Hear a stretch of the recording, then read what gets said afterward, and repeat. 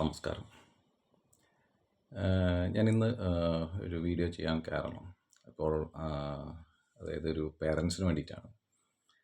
ഇപ്പോഴ് ആക്ച്വലി അഡ്മിഷൻ്റെ കാലഘട്ടങ്ങളാണ് ഇപ്പോൾ.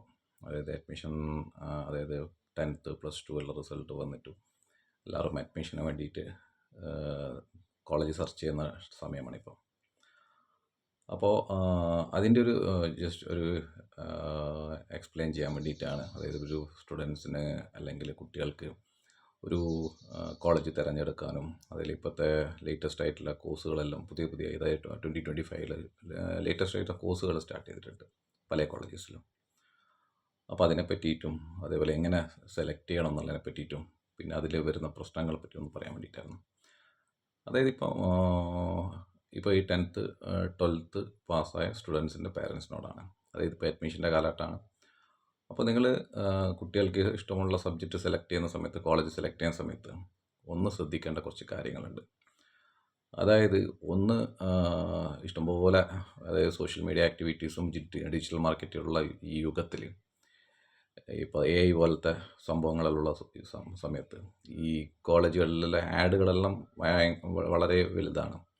ടി വിയിലായി കഴിഞ്ഞാലും സോഷ്യൽ മീഡിയയിലായി കഴിഞ്ഞാലും ആഡുകൾ പ്രൊമോഷനും കാര്യങ്ങളെല്ലാം നടന്നുകൊണ്ടിരിക്കുന്നത്. അപ്പോൾ അതുകൊണ്ട് ഈ പ്രൊമോഷനും കാര്യങ്ങളൊന്നും കാണാതെ കണ്ടിട്ട് ഒരു കോളേജ് സെലക്ട് ചെയ്യാതിരിക്കുക ഒന്ന്. അതായത് ഒരു കോളേജ് സെലക്ട് ചെയ്ത് കഴിഞ്ഞാൽ ആ കോളേജിൽ പോയി കോളേജിലെ ക്യാമ്പസ്, അതേപോലെ അവരുടെ ക്ലാസ് റൂംസ്, അതേപോലെ ലാബ് സെറ്റപ്സ്, അതേപോലെ ഫാക്കൽറ്റീസിൻ്റെ ഇവരെല്ലാം മീറ്റ് ചെയ്ത് കണ്ട് സംസാരിച്ചിട്ട് മാത്രമേ കോളേജ് സെലക്ട് ചെയ്യാൻ പാടുള്ളൂ. പക്ഷെ ഞാൻ പല കോളേജസിലും വിസിറ്റ് ചെയ്യുന്ന ഒരാളാണ്. ഞാൻ പല കോളേജസിലും ഞാൻ ആക്ച്വലി വിസിറ്റിംഗ് ഫാക്കൽറ്റി ആയിട്ട് പോകുന്നുണ്ട്.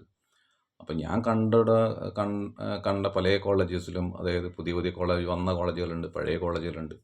അപ്പോൾ ചില കോളേജസിൽ ഞാൻ പറയാൻ കാരണം ചില കോളേജസിൽ ലാബ് സെറ്റപ്പ് പോലും ഇല്ല. ഒരു ലാബ് സെറ്റപ്പ് പോലും ഇപ്പോൾ ഫോർ എക്സാമ്പിൾ പറയാം AI അതേപോലെ റോബോട്ടിക്സ്, IoT. അപ്പോൾ ഇതൊന്നും ആക്ച്വലി ഈ റോബോട്ടിക്സിനൊന്നും ലാബ് പോലും ഉണ്ടാവും. അവർ ആക്ച്വലി അതായത് ഒരു ഇൻഡസ്ട്രി ആക്ച്വലി ഒരു കോളേജിൽ പഠിപ്പിക്കുമ്പോൾ കോളേജ് ഇത് കഴിഞ്ഞ് കഴിഞ്ഞാൽ നേരെ പോകുന്ന ഇൻഡസ്ട്രിയിലേക്ക്. അപ്പം ഇൻഡസ്ട്രി ബേസ്ഡ് ആയിട്ടുള്ള ഒരു ലാബ് സെറ്റപ്പ് പോലും ചില കോളേജസിൽ ഇല്ല. അവരെന്നിട്ട് റോബോട്ടിക്സ് പഠിപ്പിക്കുന്നുണ്ട്. മെക്കാനിക്കൽ എഞ്ചിനീയറിംഗ് ആണെങ്കിൽ മെക്കാനിക്കൽ എഞ്ചിനീയറിംഗ് എന്ന് പറഞ്ഞിട്ട് പഠിപ്പിക്കുന്നതും കമ്പ്യൂട്ടർ എഞ്ചിനീയറിംഗ് പഠിപ്പിക്കുന്ന വെച്ചാൽ അതിൻ്റെ ലാബ് എന്ന് വെച്ചാൽ ചെറിയൊരു ബേസിക് ലാബ് മാത്രമാണ്. അപ്പോൾ അതും പഠിച്ചിട്ട് പുറത്ത് ഇറങ്ങിക്കഴിഞ്ഞാൽ ഈ കുട്ടികൾക്ക് ഇൻഡസ്ട്രിയിൽ എങ്ങനെ എക്സ്പോഷർ കിട്ടാനാണ്. അപ്പോൾ അതൊരു പ്രശ്നം തന്നെയാണ്. അപ്പോൾ അതുകൊണ്ട് പാരൻസ് അതായത് ഒന്ന് മെയിനായിട്ട് ഇത് ലാബ് സെറ്റപ്പും കാര്യങ്ങളുണ്ടോ നോക്കുക, കോളേജ് വിസിറ്റ് ചെയ്യുക, ക്യാമ്പസ് വിസിറ്റ് ചെയ്യുക. എന്നാലും മാത്രമേ കോളേജിന് സെലക്ട് ചെയ്യാൻ പാടുള്ളൂ. അതായത് പരസ്യം കണ്ടിട്ട് കോളേജിൽ പോയിട്ട് നോക്കിക്കഴിഞ്ഞാൽ ഒരു കാരണവശാലും അങ്ങനെ ചെയ്യരുത്.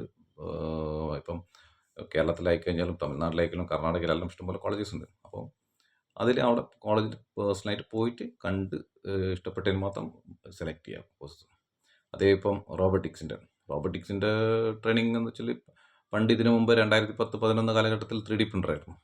അപ്പോൾ 3D പ്രിൻ്ററിൽ നോക്കുമ്പോൾ വെച്ചാൽ അതായത് ഒന്ന് 3D പ്രിൻറ്റിങ് ആയിക്കഴിഞ്ഞാൽ റോബോട്ടിക്സ് ആയിക്കഴിഞ്ഞാൽ AI ആയിക്കഴിഞ്ഞാലും പല ഷോർട്ട് ടേം കോഴ്സസ് ഉണ്ട്. പുറത്ത് ലാബുകൾ പല ഇൻസ്റ്റിറ്റ്യൂഷനിൽ നടത്തുന്നുണ്ട്. അപ്പോൾ നടത്തുമ്പോൾ അതായത് ഇൻഡസ്ട്രി എക്സ്പീരിയൻസ് ഉള്ള ആൾക്കാർ എന്ന് പറഞ്ഞിട്ടാണ് ഇവർ നടത്തുന്നത്.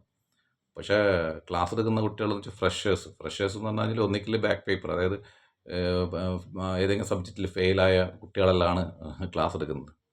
ഈ ചില സ്ഥലത്ത് ഞാൻ കണ്ടതെന്ന് വെച്ചാൽ കമ്പ്യൂട്ടർ എഞ്ചിനീയറിംഗ് കഴിഞ്ഞിട്ട് ഈ റോബോട്ടിക്സ് ക്ലാസ് എടുക്കാൻ, അതായത് ഫെയിലായിട്ട് ക്ലാസ് എടുക്കാൻ വരുന്ന ആൾക്കാരുണ്ട്. അപ്പോൾ ഒന്ന് എന്ന് വെച്ചാൽ നിങ്ങൾ എന്ത് കോഴ്സ് സെലക്ട് ചെയ്യുന്നുണ്ടെങ്കിലും ഷോർട്ട് ടേം കോഴ്സ് ആയി കഴിഞ്ഞാലും ലോങ് ടേം കോഴ്സ് ആയിക്കണം സെലക്ട് ചെയ്യുന്ന സമയത്ത് ഇവർ പറയും ഇൻഡസ്ട്രി എക്സ്പീരിയൻസ് ഉള്ള സ്റ്റാഫാണെന്ന് പറയും. അപ്പോൾ നിങ്ങൾക്ക് ചോദിക്കാം ഫാക്കൽറ്റീൻ്റെ അടുത്തോ അല്ലെങ്കിൽ പ്രിൻസിപ്പളുടെ അടുത്ത് ചോദിക്കാം അതായത് ഏത് ഇൻഡസ്ട്രിയിലാണ് ഈ ഫാക്കൽറ്റി വർക്ക് ചെയ്തത്, എത്ര കൊല്ലം എക്സ്പീരിയൻസ് ഉണ്ട്. ഇത് ചോദിക്കാൻ ആക്ച്വലി ശരിക്കും ചില ആൾക്കാർ ചോദിച്ചു കഴിഞ്ഞാൽ ചില ആൾക്കാർ അത് പ്രിൻസിപ്പൾമാരും ഫാക്കൽറ്റീസ്മാർക്കും ദേഷ്യപ്പെടുന്ന ആൾക്കാരുണ്ട്, ഞാൻ കണ്ടിട്ടുണ്ട്. അപ്പോൾ ഇത് ഒന്ന് ഇൻഡസ്ട്രിയിൽ ആക്ച്വലി ഒരു ഇൻഡസ്ട്രി ഓറിയൻറ്റഡ് ആയിട്ട് എന്താ വെച്ചാൽ അതേപോലെ ഓറിയൻറ്റഡ് ആയിട്ടുള്ള ആൾക്കാർ കുറവാണ്. ഈ ഫാക്കൽറ്റീസ് ദുർലഭമാണ്, വിരലെണ്ണാൻ പറ്റുന്ന ആൾക്കാരെ ഉണ്ടാവുള്ളൂ. പിന്നെ അതേപോലെ ഈ ഇൻഡസ്ട്രി MOU സൈൻ ചെയ്ത് എല്ലാ കോളേജിലും ഇൻഡസ്ട്രിയായിട്ട് MOU സൈൻ ചെയ്യും. പക്ഷെ MOU സൈൻ ചെയ്യലേ ഉള്ളൂ, ബാക്കിയുള്ള ഒരു കാര്യം നടക്കാറില്ല.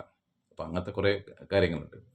അതേപോലെ ഇപ്പം വേറൊരു ഇതാണ് ഇപ്പോഴത്തെ ഒരു ലേറ്റസ്റ്റ് ഇത് അതായത് റോബോട്ടിക്സും അതേപോലെ ടൂൾ ആൻഡ് ഡൈ മേക്കിംഗ് എല്ലാം പല പ്രൈവറ്റ് പോളിടെക്നിക്സ് ഉണ്ട്.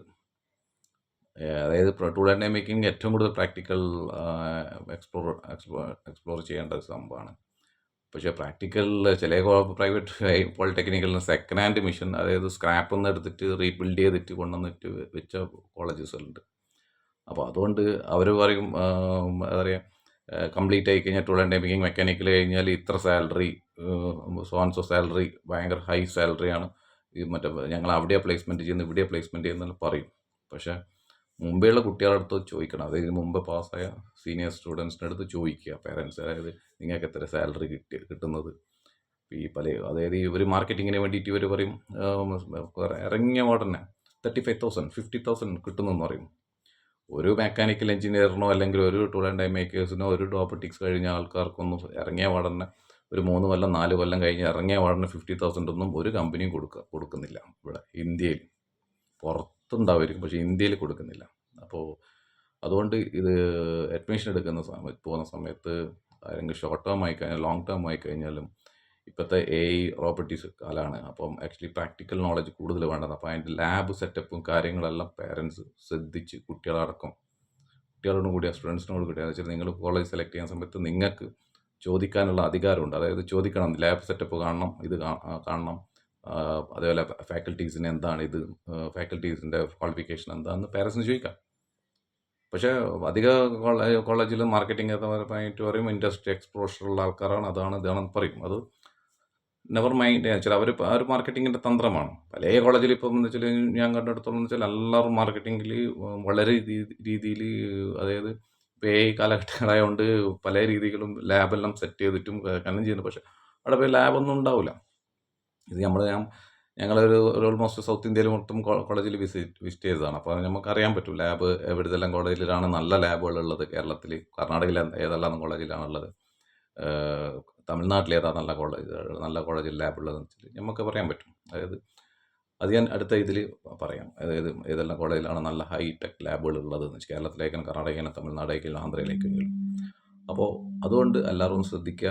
അഡ്മിഷൻ എടുക്കുന്ന സമയത്ത് ഒന്ന് ശ്രദ്ധിക്കേണ്ട മെയിൻ കാരണം എന്ന് വെച്ചാൽ ഒന്ന് കോളേജ് പേഴ്സണലായിട്ട് വിസിറ്റ് ചെയ്തിട്ട് അവരുടെ കാര്യങ്ങളെല്ലാം അന്വേഷിച്ച് ചോദിച്ച് മനസ്സിലാക്കണം. അല്ലാണ്ട് പോയിട്ട് ഈ TV-യിലും പരസ്യം കണ്ടിട്ട് പോയിട്ടൊന്നും എടുക്കാൻ നിൽക്കരുത്.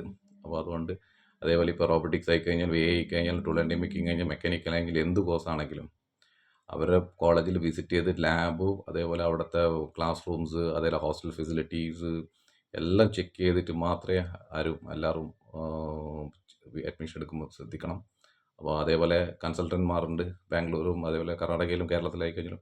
അപ്പോൾ നല്ല എക്സ്പീരിയൻസ് ഉള്ള ആൾക്കാരെ പോയിട്ട് കോൺടാക്ട് ചെയ്യാം. അപ്പോൾ അവരതിനുള്ള രീതിയിൽ കരിയർ ഗൈഡൻസ് സപ്പോർട്ട് ചെയ്യും. അപ്പോൾ അവരാകുമ്പോൾ വെച്ചാൽ അവർക്ക് ഓൾറെഡി അറിയുന്ന അവരുടെ അടുത്ത് ചോദിച്ചു കഴിഞ്ഞാൽ, ഇത് കൺസൾട്ടിങ് ചെയ്യുന്ന അവരുടെ അടുത്ത് ചോദിച്ചു കഴിഞ്ഞാൽ അവർ പറഞ്ഞുതരും നല്ല കോളേജസ് ഏതാണ്, എവിടെയാണ് നിങ്ങൾക്ക് ഇത് സൂട്ടബിൾ ആയിട്ടുള്ള ഇത്. പിന്നെ ഫീസ് സ്ട്രക്ചർ, മാനേജ്മെൻറ്റ് കോട്ടയ്ക്ക് ഇത്ര ഫീസ്, അപ്പോൾ മെറിറ്റ് ഇത്ര സീറ്റ്. അപ്പോൾ അവർ ഗൈഡൻസ് തരും. അപ്പോൾ അറിയാത്ത ഇല്ലെങ്കിൽ ഡയറക്റ്റ് പോവുകയാണെങ്കിൽ ഡയറക്റ്റ് പോവാം.